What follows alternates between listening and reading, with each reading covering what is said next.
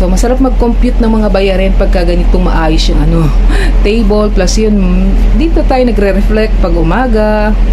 Yan, bago matulog, pagkadating. So, naayos ko siya. So, natuwa lang ako kasi bala ko kasi bumili ng sana doon, yung kahit na mga frame lang, mga canvas. So, buti na lang nagka-idea ko. Wala na akong ginastos, guys. So,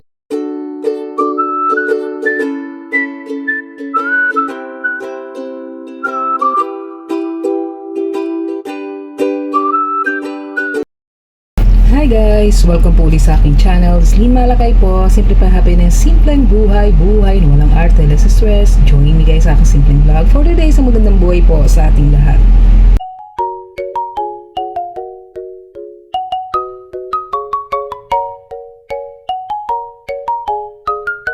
So ayan guys, ano ba yung share ko ibabahagi sa inyo. So ito nga guys, ayan, doon sa mga nakakasubaybay po sa aking mga videos. So ayan, nagpagawa nga po kami ng third floor, pero ito po ay long span. So ayan, yung pinaka po nito sa labas is yero po, long span po. So ayan, nirequest ko sa aking husband noon na may ginagawa itong aming bahay isa. Gusto ko sana magkaroon ng isang maliit na table. So yung ginawa niya is built-in na kasi talagang sobrang liit lang po ng aming bahay. So isang di pa lang po itong kwarto namin. So ayan, sabi ko gusto ko magkaroon ng table. So ipakikita ko sa inyo, inayos ko yung table. Alam niyo guys, sa isang nanay kasi napakaganda yung yung kahit paano may sarili siyang space, may sarili siyang lugar. Yan, dito sa table na ito, dito ako talaga nagsusulat, nag-aayos, nagko-compute ng mga bills. So yun, at dito rin po ako nagba-vlog. So nung ginawa ito, sobrang kumbaga nito na lang ito na naayos ko kasi nga parang nung nung mga nakaraan medyo marami nakalagay dito. So inayos ko po kasi nga mas maganda talaga yung mayroong tayong lugar na kumbaga parang dito yung ating moment minsan yung pagkatapos ng ating mahabang gawaing bahay. So yun nga, working pa rin tayo. So minsan pagkadating ko galing trabaho, di ko ako nagkakape habang nagmumuni-muni. So yan, inayos ko to nung nakaraan. So yun,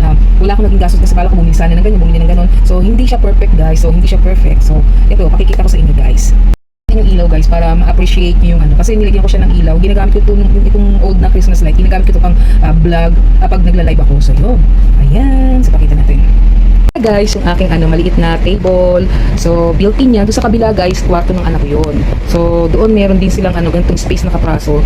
So ang liit lang ng bahay namin, ang liit lang ng kwarto na to guys. So nung nirequest ko talaga sa husband ko, gusto ko na may maliit na maliit akong table. So gusto ko meron akong sulatan kasi nga talagang nung dati kasi nung doon pa lang kami sa second floor natutulog, yung table ko is yung defolding lang po, yung maliit, doon lang po ako sa lapag susulat. So nahihirapan ako. Meron naman po ako dati ng tukador, ginagamit naman ng anak ko pag nag-aaral. So ito guys, ayan, inayos ko to lately. So napaka-importante kasi kahit paano nga, yung meron tayong maliit na lugar, yung mga nanay, parang talagang sobrang natuwa ako nito nung nagawa ito. Again, hindi po siya perfect. So yan, ayan, ito yung frame na yan guys, doon dati nakalagay sa ibaba namin yan. Sa ibaba namin nakalagay, tapos kinuha ko kasi natagingan siya noong diploma ng anak ko. So yan, nilagay ko yan. Nitong kailan lang kasi may nakalagay ako dyan yung mga lagay akong mga dito, tinanggal ko, inayos ko talaga. So itong mga bottle na to guys, ayan, may mga ayan yung mga mineral water, old bottle ng mga yung palaman. So yan, nilagyan ko yan ng mga guys, marble.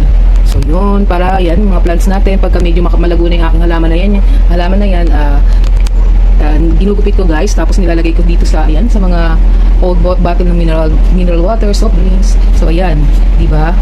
So masarap mag-compute ng mga bayarin pagka ganito maayos yung table, plus yun, dito tayo nagre-reflect pag umaga. Yan, bago matulog, pagkadating. So naayos ko siya. So natuwa lang ako kasi bala ko kasi bumili ng sana doon, yung kahit na mga frame lang, mga canvas. So buti na lang nagka-idea ko, wala na akong ginastos guys. So yan, gusto ko talaga maayos yung aking table. So kahit dun sa trabaho gusto ko ganyan. Ayoko nung guys, again, hindi po ako organized, hindi po ako perfect, pero gusto ko maayos yung aking ginagalawan. So ayan. So yun ang gusto ko i-share guys. Masarap kasi mag-muni-muni, mag-isip-isip pagka So yan yung ating chair. So ito yung dati dito sa namin, side table ng aming sala set. Kaso nga ibinalik ko na siya dito sa itaas dahil nga binabaha kami dito sa ibaba. Kaya ginawa ko to guys, upuan. So yan lang. So yan guys, thank you for watching guys. Share ko lang ito guys. Ayan. So tayong mga nanay, ayan, gawa tayo ng mga sarili nating space kahit na kapraso lang na kahit maliit na table. So yun. Para yung ating mga gamit, alam natin kung saan natin dadamputin.